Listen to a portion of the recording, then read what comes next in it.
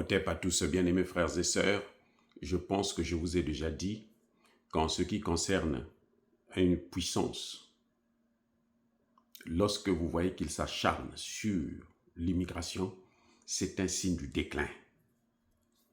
La question d'immigration est un signe du déclin. Tout pays qui pense que c'est l'immigré qui est à l'origine de leur situation, mauvaise situation économique, c'est un pays qui est en train de décliner. Parce que, en fait, c'est comme les abeilles. Les abeilles vont là où il y a le miel. Je reprends. Les abeilles vont là où il y a le miel. Les abeilles ne vont pas là où il y a le vinaigre. C'est là où il y a le miel. Là où c'est bon, là où c'est sucré. C'est là qu'ils vont. Même les mouches, on les attrape avec le vinaigre. On les attrape avec le miel. Donc, les amis, ce qui est en train de se passer, c'est que on est en train de voir ça avec l'oncle Sam. C'est un signe de mauvaise santé économique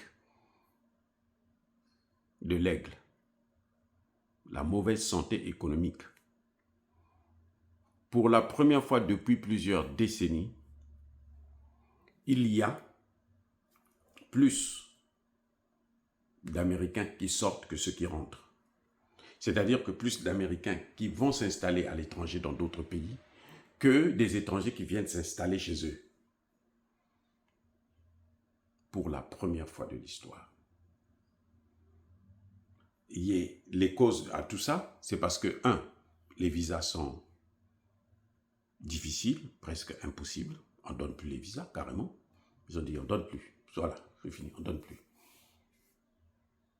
Ça devient vraiment, mais c'est un parcours du combattant. Ça, c'est un. 2, la façon dont on traite les immigrés, ce qu'on expulse, 3 millions ont été expulsés en un an. 3 millions ont été expulsés en un an. Donc, quand les gens voient ça, ils disent, mais non, on ne peut pas aller là-bas. Troisième élément, vous avez l'inflation. L'inflation est à 3,8%. L'inflation est à 3,8%. Vous avez le coût de la vie. Le prix de l'essence a augmenté à hauteur de 40% aux États-Unis. 40%. Donc ça fait fuir tout le monde. Ça fait fuir les gens. Les gens ne veulent pas.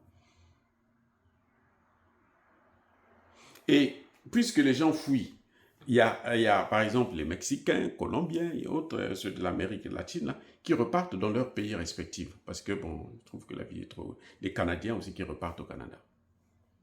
Et les conséquences, c'est lesquelles? Ce qu'on appelle les petits boulots, là, ça commence à devenir rare. On cherche maintenant des gens qui vont le faire. Il n'y a pas des gens qui vont faire ces petits boulots. Oui. Il y a des gens qui... Il y a plus des gens qui vont faire ces petits boulots.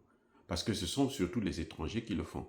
Surtout ceux qui sont sans papier ou qui sont en attente de leur papier, ils font tous les petits boulots qui se présentent devant eux.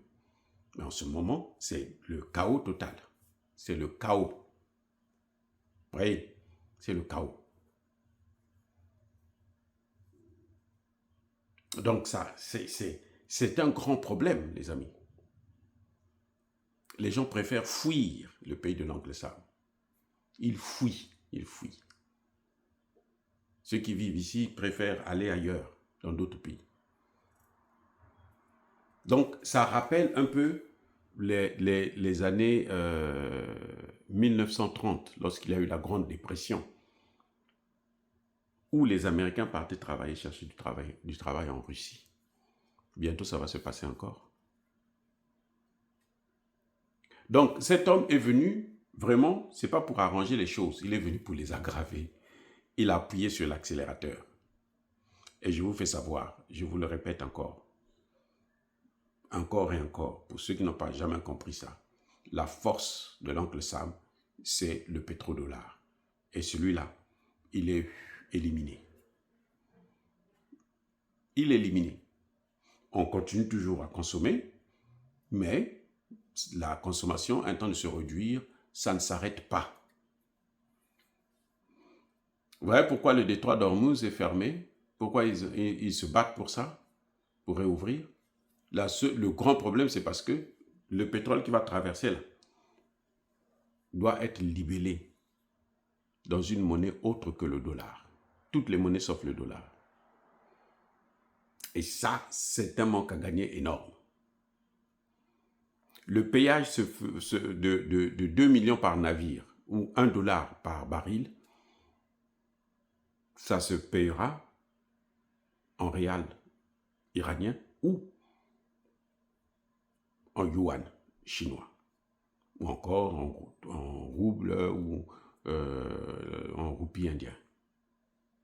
Tout ça, c'est-à-dire que certainement, la situation est chaotique. Je dis bien chaotique. Là, il est encore parti frapper après l'hélicoptère. Il envoie un hélicoptère sur un territoire ennemi.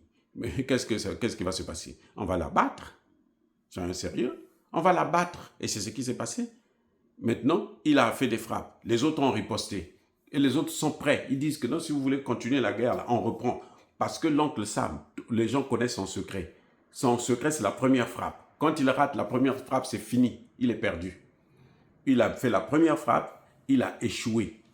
Il a neutralisé le guide. Il croyait que c'était fini, mais ça n'a rien changé du tout dans la politique même de l'Iran. Et au contraire, ça a aggravé les choses. Ceux qui sont venus sont plus radicaux. Il va faire quoi? Ça devient compliqué, les amis. Soyez bénis. J'ai dit.